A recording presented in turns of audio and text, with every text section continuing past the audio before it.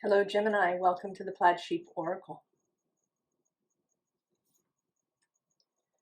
We start today with this seer. And the text says, future prospects, decisions to make, seeking guidance. But I don't see this really as you seeing or attempting to see into the future, but you seeing what it is that you want to create. Right? It's like you have this magic crystal ball and you are inserting your idea into it. You are creating the future through this seeing process.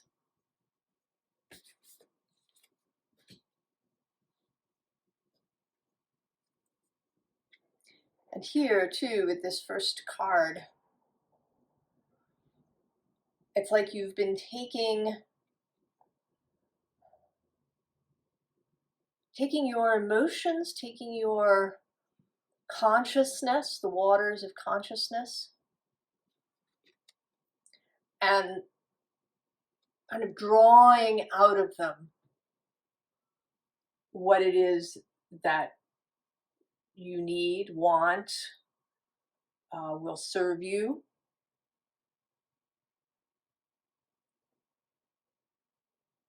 And you've got this moon here kind of tucked in to your chest. This is a real heart-based project idea that is coming into being for you. And I want to say that it's something that's a long time in the making. You know, these are, right, stalactites, which take a long time to form. The drip, drip, drip of water, creating them. I almost want to say that, and maybe it's true, that it's your whole life that this has been building to this place. But certainly it has been a long time in the making. And I don't want you to sort of see this as any kind of judgment. Sometimes things need the time, they need for you to have had all the experiences, for, you know, these emotional stalactites to have formed so that you would have everything that you need for this new undertaking. And then right below that is the Ace of Voices. And below her is the Tower.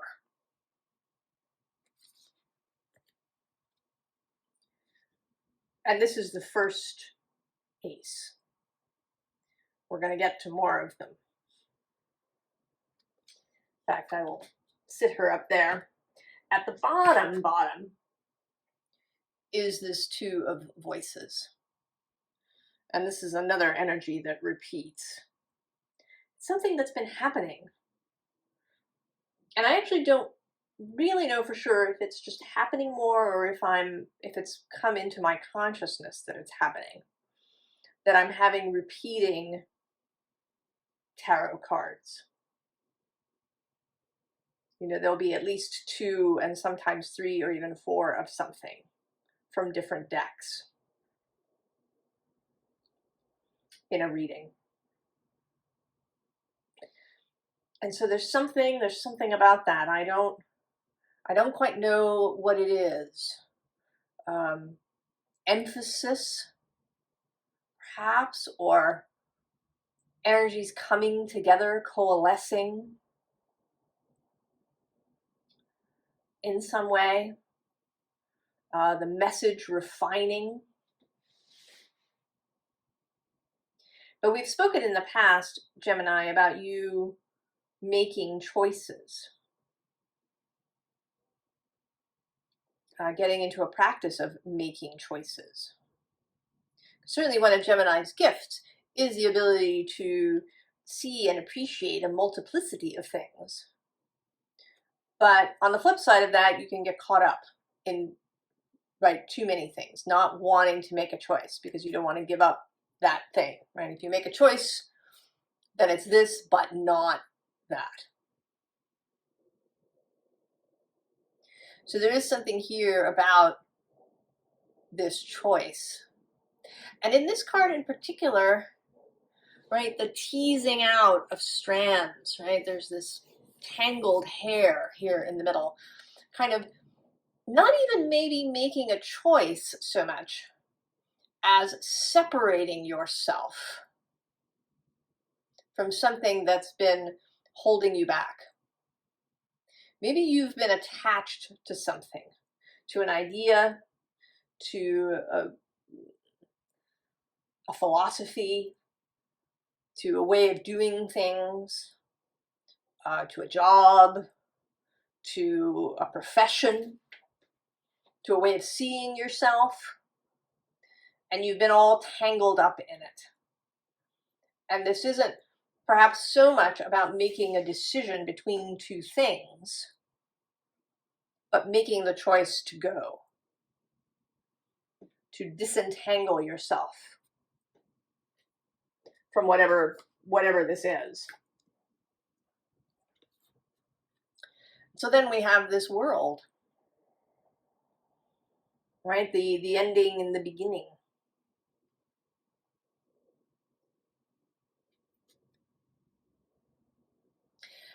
And sometimes this card has a portal quality. But today it feels sort of 3D to me. Like you could pluck this world out and take it with you.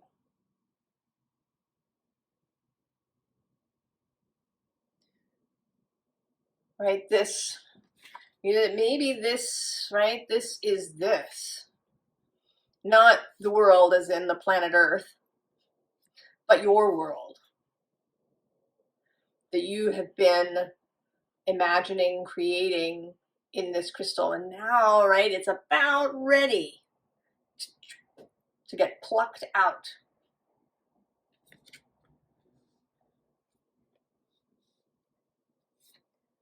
And so you get this Queen of Materials. And she, to me, always and today, looks like she's daring you. Do it. Right? I dare you. I know you can. You're just going to sit there? Right? It's a dare. It's a challenge. A kind of playful encouragement to play with her, with the Queen of Materials.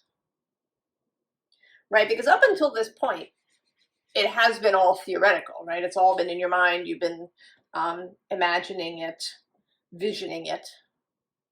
But now that it's almost ready, right? That it's coming together, that it has coalesced, right? In alchemy, you have the solve and then you have the coagula. And now, right, it has coagulated. It is becoming firm, right? It is crystallizing. Now it enters her realm, the realm of the Queen of Pentacles, the Queen of Material World. And so we have the Ace of Materials. And then ace number 3, the Ace of Inspiration. So we start, right, with the Ace of Voices. This, the idea, the coalescing in the mind, right, where things have to start, right? They have to start in the mind as an idea. and then they can come into being as a physical object. And then there's movement, right? There's action taken in the new place, right? It doesn't remain stagnant, even once it is complete, right? You can pop it out of its mold. Then it's the time, right, to really take action and take it, you know, wherever it's going to go.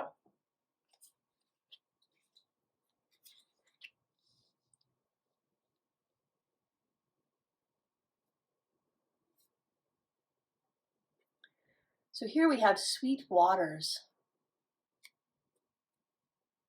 Sensuality, romance, enjoyment, fertility, balance. So this, right, this invitation to really enjoy this process. To not, right, to not get any anxiety about it. I had a little, as I was shuffling, a little feeling of anxiety rise in me. So maybe there is, right, maybe there is some of that.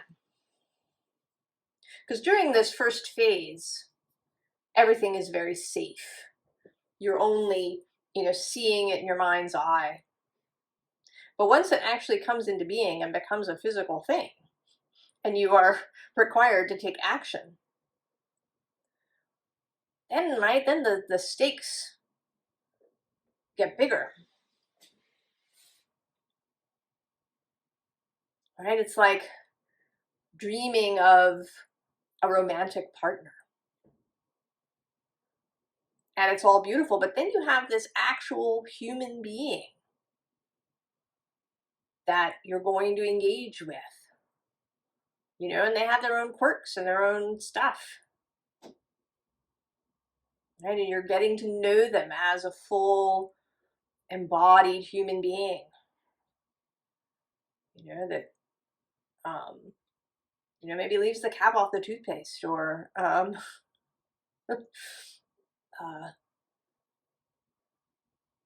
you know, harasses you when you leave the cap off the toothpaste. Right? So there's, you know, and there can be anxiety about the risks. But that's also where the juice is, Gemini. And, you know, this card is very sweet, right? To really enjoy it. But then the card below is the King Tide. Plenty, prosperity, receiving the fullness of life. And in order to do that, you have to be vulnerable. There are risks. Because if you didn't have the vulnerability, if there was no risk, if there was no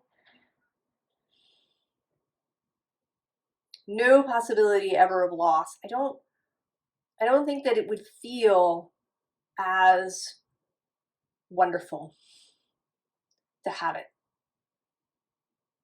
I don't think that it would feel as exciting, as interesting, as engaging as it does. At the bottom of this deck, we have the thank you card. And, you know, yes, right, to say thank you, to really appreciate. I actually sort of like the word appreciation better than gratitude. And that's just me personally. It's also like I prefer faith over hope.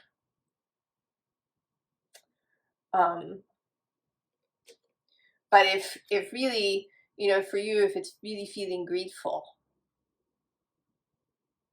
that feels good, then do that. If you prefer, like me, the appreciation, to really appreciate all of the past stuff, right? Everything in this stalactite that's brought you to this moment. And then to appreciate this new thing, even though it's a little scary. And maybe even to appreciate that that flutter in the stomach, that little bit of edge that gives life some juice. And then there's also this kind of, right, these images of the arms outspread in this watery consciousness space, right? This receiving stance.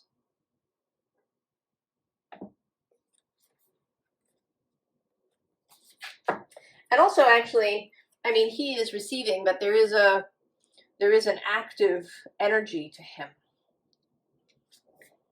He isn't just receiving. He is also creating. Right? There's energy in his arms, right? They're sort of uplifting.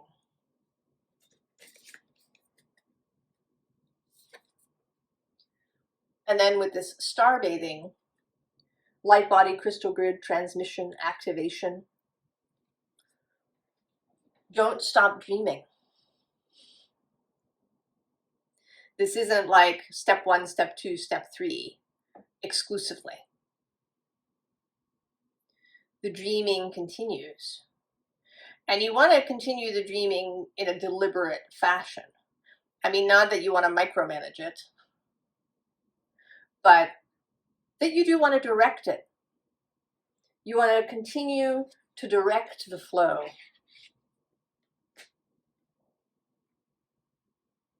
And to be in continued connection to your wider self, your fellowship, to source,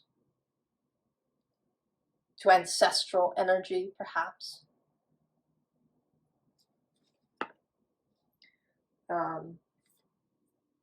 And that, right, sort of comes through here with this whale and orca elders too.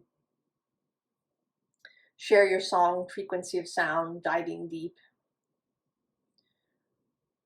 So this sharing aspect as well. You know, this initial process may have been very solitary.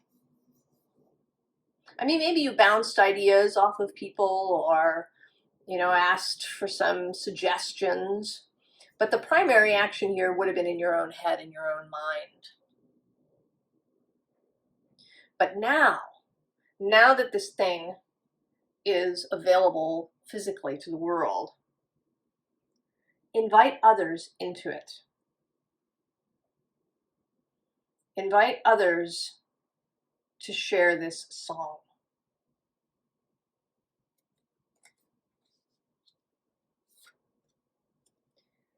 And this says cleansing, releasing the old, energetic tune-up, new beginnings. So yes, right, this is really just a confirmation to all of the things we've said, right? That you want to disentangle yourself from that old thing that has perhaps been gripping you. You want to keep your energy bright and expansive and open and sweet. And you want to remember that new beginnings happen, right, all the time. Something new is beginning all the time. You know, there's this astrological technique, and I can't remember the name of the man who sort of developed it. But there is a cycle of the moon, starting with new moon, first quarter, full moon, last quarter, where every 9 months, that moon is in approximately the same place. So if you have a new moon in Gemini at 10 degrees Gemini, 9 months later, there will be a first quarter somewhere around 10 degrees of Gemini. It could be, you know, several, like up to 4 degrees on either side, but in the same space. And then 9 months later, there'll be a full moon in Gemini near that 10-degree mark. And then 9 months after that, there'll be a final quarter. at the same spot. And that this is a kind of cycle. That often something will begin at the new moon, develop some more at the first quarter, come to kind of a peak at the full moon, and then conclude, or, you know, sort of come closer to a conclusion at the waning moon. And this isn't in any way rigid. You know, things, of course, may take longer than 27 months to develop. But that there is this continual renewal, right? There's a new moon every single month. There is always the possibility of something new beginning. And that, right, is here with this Wheel of Fortune. This continual spinning of the wheel. But also here today, just to say this is, right, once this gets going, it's going to go. And below that is the Tower. So there is, right, this the Tower twice now.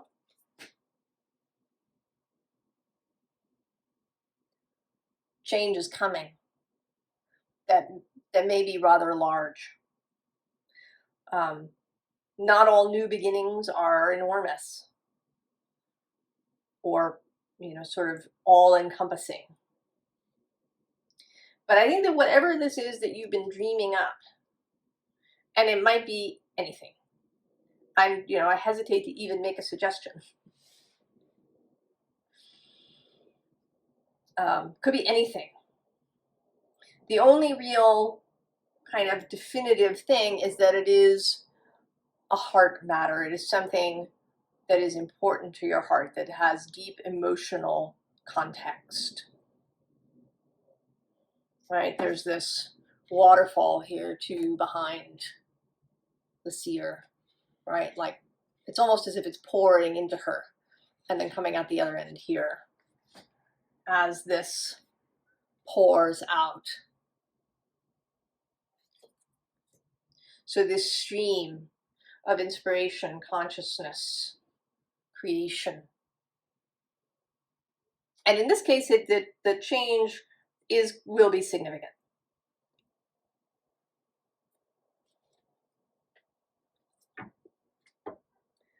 And the bottom of this deck is the Eight of Cups. So there is a releasing here with the Tower and the Eight of Cups. The disentangling from whatever it was that was keeping you locked up.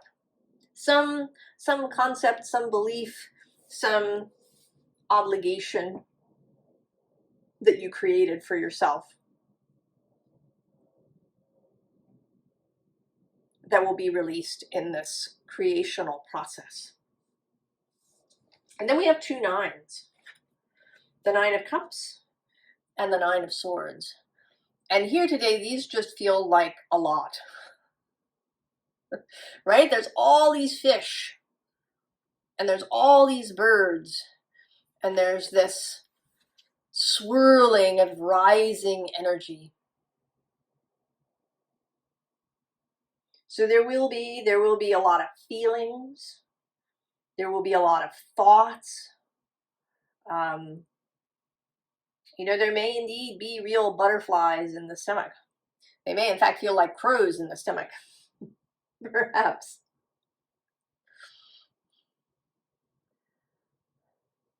But you are equal to it. These are nines. You do have mastery of both emotion and thought. You can manage how all of this will rise in you and how it may rise in people around you. People may, when they learn what this thing is, whatever it is, they may get really excited. They may start showing up, filled with enthusiasm. And you can manage that too.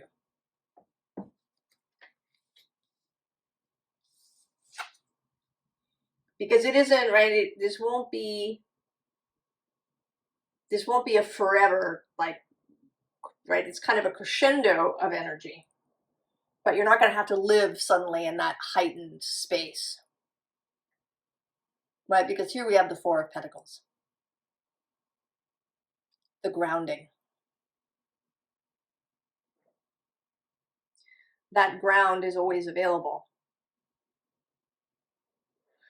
And it may be that you know, there's practices that you do for this. Getting back in your body. Getting back to earth, going out, you know, sitting on the ground or swimming in the ocean or tramping through the woods. Or, you know, eating some really grounding foods. Or smells.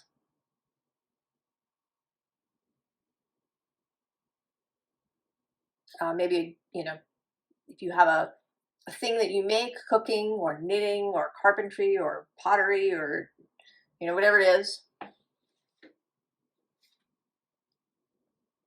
you have that. And you also have the Queen of Wands. So we start kind of with this Queen. It's interesting, actually. This Queen of Materials is very sort of Queen of Wandy, right? Leaning out through her portal there. Daring you.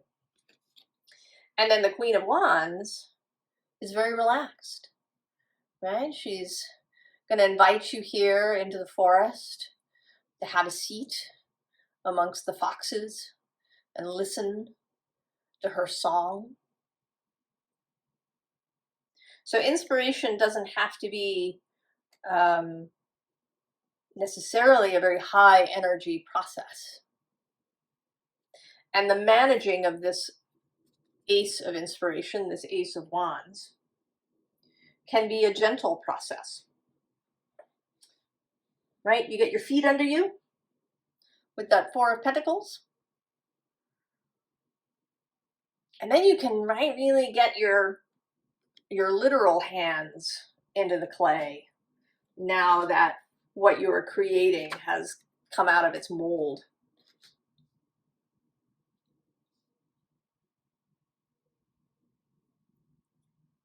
So,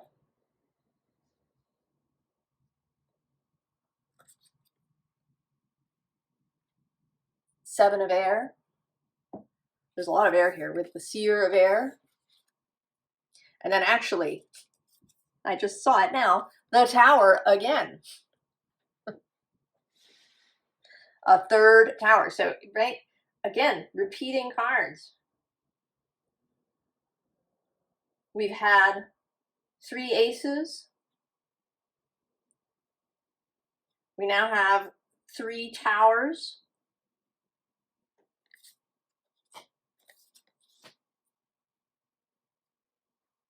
This Seven of Air, which is, again, this possibility of anxiety, of getting into your own, you know, too much into your own head, of being self-critical, of fear too, actually. Not just anxiety, but actual fear that might show up. But the bottom of the deck has another 9. And this time the 9 of Wands. But this 9 is, you know, the usual 9 of Wands is like, you know, the end of the battle. Oh. But this is sort of inspirational, right? This dog is going to leap. So the reframing of fear as excitement. The reframing of risk as, you know, perhaps anticipation or as the juice. And so we get the 2 of Air, the 2 of Swords again. right? The ability to balance, the ability to make choices whenever you need to.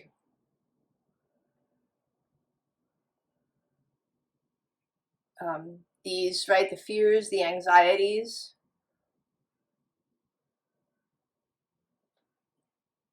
you don't have to give them house room.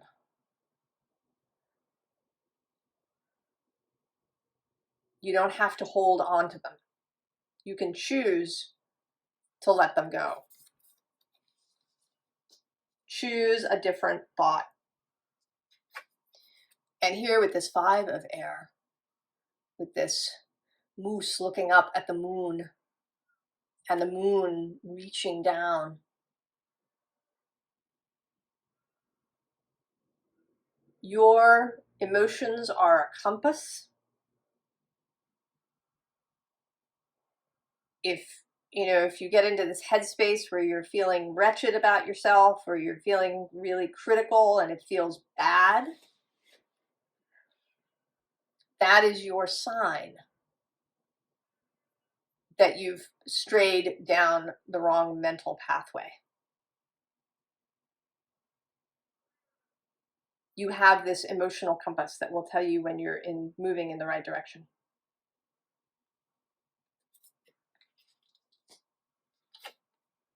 And then the 9 of Pentacles, a third 9.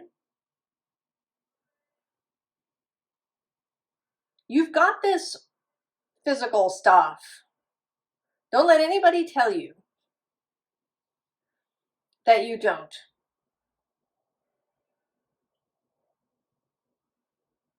Don't let anybody tell you that, you're all in the head and that you don't have the ability to manage your physical life and this new thing that you've created, including yourself. Don't tell yourself that. Or if you tell yourself that, don't believe it. You're absolutely capable. And with the High Priestess coming up, you have Source at your disposal all the time. Source, your fellowship, your ancestors, people who have passed, they're with you. It's all the invisible world, the non-physical. It's not somewhere over there. It is here. I mean, like right here with you. It permeates everything.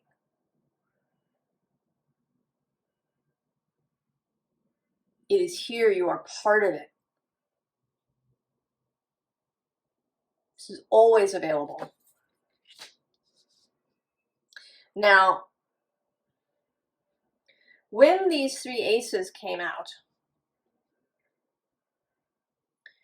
I went and looked for ace number 4 in the deck. And the first thing I realized when I found it is that it's different than the others. Right? These others are, right, a figure in a circle. But here there are multiple overlapping circles. Right? And there's these other beings, more of them. I mean, the Ace of Voices has the owl, and there's plants in the other 2. But this has a whole multiplicity, right? It's like an ecosystem that you are in. And there is a real rising energy here and an ecstatic energy here. Now, the second thing is that it was between the Hermit and the Knight of Materials, Knight of Pentacles. And these are Virgo's cards, Virgo's Major Arcana and Virgo's Court card. And actually this 9 of Pentacles is a Virgo card. The 8, 9, and 10 of Pentacles are Virgos. So Virgo energy, kind of holding you. And Virgo is your sort of sibling sign, because you are both led by Mercury. And this is, to me, again, more confirmation that you are absolutely capable of managing the physicality of this new creation. That even if, you sort of think that earth and air are hard to mix together, that isn't true. It's just our conception. It's, or perhaps, somebody's metaphor. But in reality, all of the elements mix together easily, beautifully in nature and the physical world. And you also, because you and Virgo share this Mercury connection,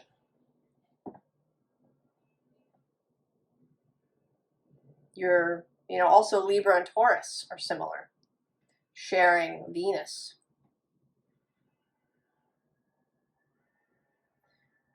You absolutely have what you need to manage your physical life, to manage whatever this creation is, regardless of how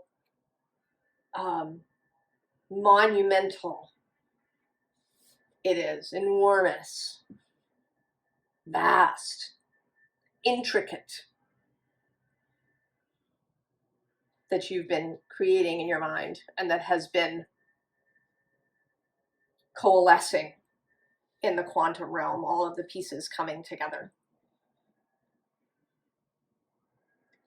Advice, of course, the Hanged Man.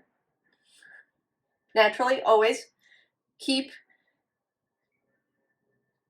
the ability to look at things differently. And Judgment is below that. Right? Look to the past with pleasure. Know that everything that has come and been is useful. The bottom of this deck is the Five of Wands, which to me is becoming more and more to mean not conflict, but creation. That quantum creative realm.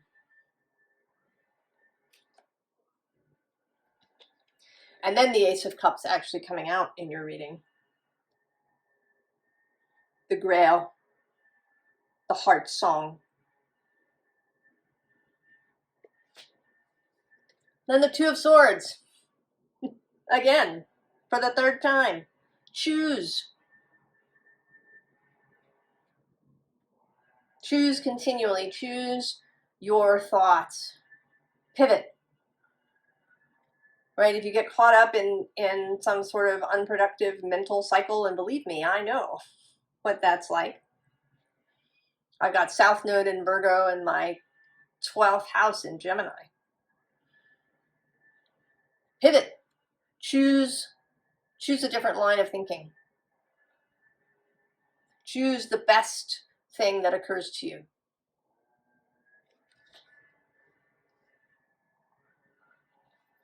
Choose to ignore the noise, I'm going to say. I just realized that there are two competing leaf blowers happening outside.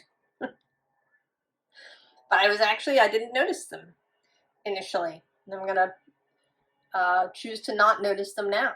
Five of Cups. Another repeat of the Five of Emotions. So, here, the willingness to pour things out.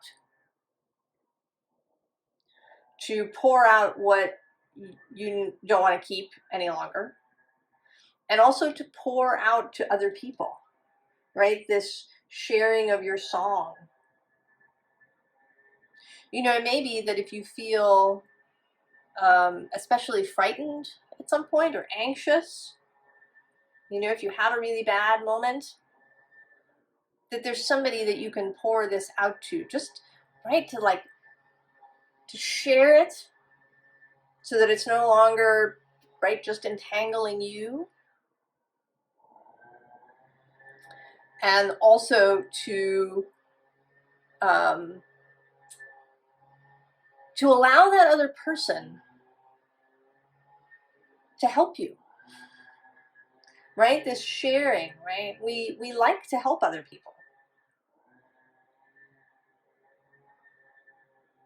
So be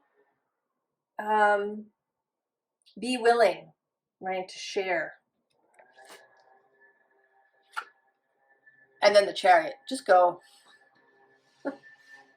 Just go, Gemini.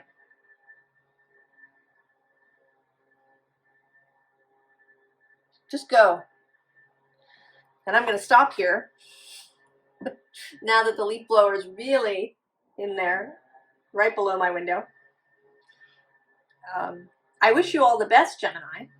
And if you want to share what this is in the comments, that would be great. So we can all know what you're up to and what this gorgeous new thing is that's about to pop out of its mold for you. I wish you all the very, very best, Gemini. And I will see you next time. So long.